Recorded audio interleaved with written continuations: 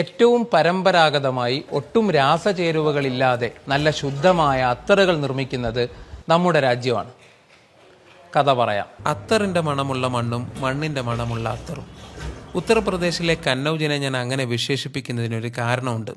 അത് നിങ്ങൾക്ക് വഴിയെ മനസ്സിലാകും. 7-ാം നൂറ്റാണ്ട് മുതൽ ഈ പ്രദേശങ്ങളിൽ പ്രകൃതിദത്തമായി അത്തറുകൾ നിർമ്മിക്കുന്നുണ്ട് എന്നാണ് ചരിത്രം.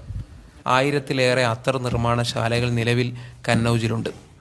പനിനീർ പൂവ്, മൈലാഞ്ചി, മുല്ല, കുങ്കുമം, ജമന്തി അങ്ങനെ നിരവധി പൂക്കളിൽ നിന്നും കൂടാതെ ചന്ദനമടക്കമുള്ള മരത്തടികളിൽ നിന്നും വേരുകളിൽ നിന്നും മണ്ണിൽ നിന്നു വരെ പ്രകൃതിദത്തമായി അവയുടെ സുഗന്ധം ദ്രാവക രൂപത്തിൽ ഇവിടെ വേർതിരിച്ചെടുക്കുന്നുണ്ട്.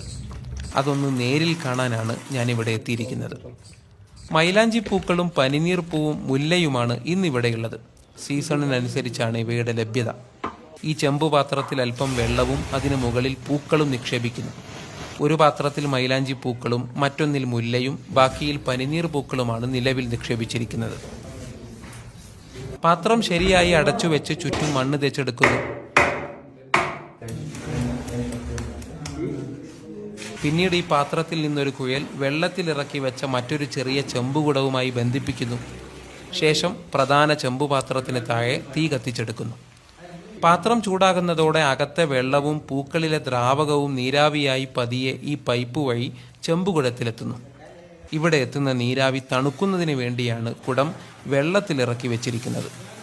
8 മുതൽ 10 മണിക്കൂർ വരെയാണ് ഈ പ്രക്രിയക്ക് ആവശ്യമായ സമയം. അതുവരെ ഈ പാത്രത്തിന് താഴെ തീ കത്തിച്ചു വെക്കണം.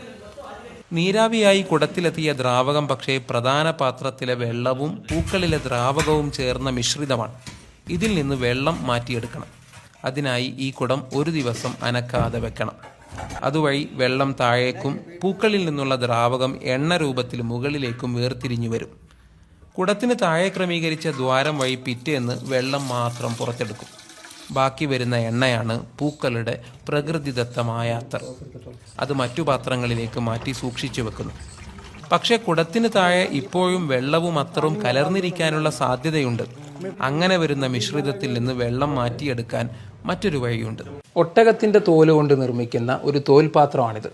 അത്തർ നിർമ്മാണത്തിൻ്റെ അവസാനം അത്തറും വെള്ളവും ഒന്നു ചേർന്ന മിശ്രിതം ഇതിലേക്ക് മാറ്റും. നമ്മുടെ ശരീരം വിയർപ്പിനെ പുറന്തള്ളുന്നത് പ്രകാരം ഈ തോൽപാത്രം വെള്ളത്തെ പതിയെ പുറന്തള്ളും. ഇന്ത്യയുടെ അത്തർ തലസ്ഥാനം എന്നാണ് കന്നൗജ് അറിയപ്പെടുന്നത്. ലോകത്തിൻ്റെ വിവിധ ഭാഗങ്ങളിലേക്ക് കന്നൗജിൽ നിന്നുള്ള ശുദ്ധമായ അത്തറുകൾ എത്തിച്ചേരുന്നുണ്ട്. നമ്മൾ ഉപയോഗിക്കുന്ന പെർഫ്യൂമുകളിലെയും സ്പ്രേകളിലെയും ബേസ് നോട്ട് അഥവാ അടിസ്ഥാന സുഗന്ധമാണ് ഈ ഓയിലുകൾ. പെർഫ്യൂമുകളിൽ മാത്രമല്ല, ഭക്ഷണ പദാർത്ഥങ്ങളിലും സോപ്പുകളിലും അഗർബത്തികളിലും സൗന്ദര്യവർദ്ധക വസ്തുക്കളിലും പാൻ മസാലകളിൽ വരെ സുഗന്ധത്തിനായി ഇവ ഉപയോഗിക്കുന്നുണ്ട്. ഈ അത്തറിന് ഒരു മണ്ണിൻ്റെ മണമുണ്ട്. ഈ പറഞ്ഞതൊരു കാവ്യാത്മകമായ പ്രയോഗം മാത്രമല്ല. കന്നൗജിലെ ശുദ്ധമായ മണ്ണ് ഈ പ്രോസസ്സുകളിലൂടെ കടന്നു വന്നാണ് ഈ അത്തർ രൂപപ്പെടുന്നത്. വരണ്ടുണങ്ങിയ ഭൂമിയിൽ പെയ്യുന്ന ആദ്യ മഴയുടെ ഒരു സുഗന്ധമാണ് എനിക്കിതിന് ഫീൽ ചെയ്യുന്നത്. ആഹാ! പക്ഷേ ഈ സുഗന്ധം പ്രധാനമായും ഉപയോഗിക്കപ്പെടുന്നത് പാൻ മസാലകളിലാണെന്ന് മാത്രം. നിലവിൽ മുല്ല, മൈലാഞ്ചി, പനിനീർ പൂക്കളുടെ സീസണാണ് കന്നൗജിൽ. മൈലാഞ്ചിയുടെ ഇലകളല്ല, പകരം പൂക്കളാണ് അത്തർ നിർമ്മാണത്തിനായി ഉപയോഗിക്കുന്നത്. അത്തർ നിർമ്മാണശാലകളിലേക്ക് പൂക്കൾ ഉൽപ്പാദിപ്പിക്കുന്ന നിരവധി പൂന്തോട്ടങ്ങളും കന്നൗജിലുണ്ട്. അതേ ചുറ്റിപ്പറ്റി ഒട്ടേറെ മനുഷ്യരുമുണ്ട്. തൈ നട്ടുപിടിപ്പിക്കുന്നവർ, പരിപാലിക്കുന്നവർ, പൂക്കൾ പറിച്ചെടുക്കുന്നവർ, നിർമ്മാണശാലകളിൽ ഈ പൂക്കൾ അത്തറായി രൂപാന്തരപ്പെടുത്തുന്നവർ. ഓരോ തുള്ളി അത്തറിലും ഈ മനുഷ്യരുടെ വിയർപ്പിൻ്റെ കൂടി സൗരഭ്യമുണ്ട്. ഒരിറ്റ് സുഗന്ധം നമ്മുടെ ശരീരത്തിലെന്ന പോലെ മനസ്സിലും എപ്പോഴും കാത്തുവെക്കുക. ഹൃദയത്തിനൊരു സൗരഭ്യവും നമ്മുടെ വാക്കുകൾക്കൊരു സൗന്ദര്യവും അതുവഴി വന്നുചേരും. ആ പരിമളം ചുറ്റുമുള്ളവരിലേക്ക് കൂടി പതിയെ പടരും. വീണ്ടും കാണാം.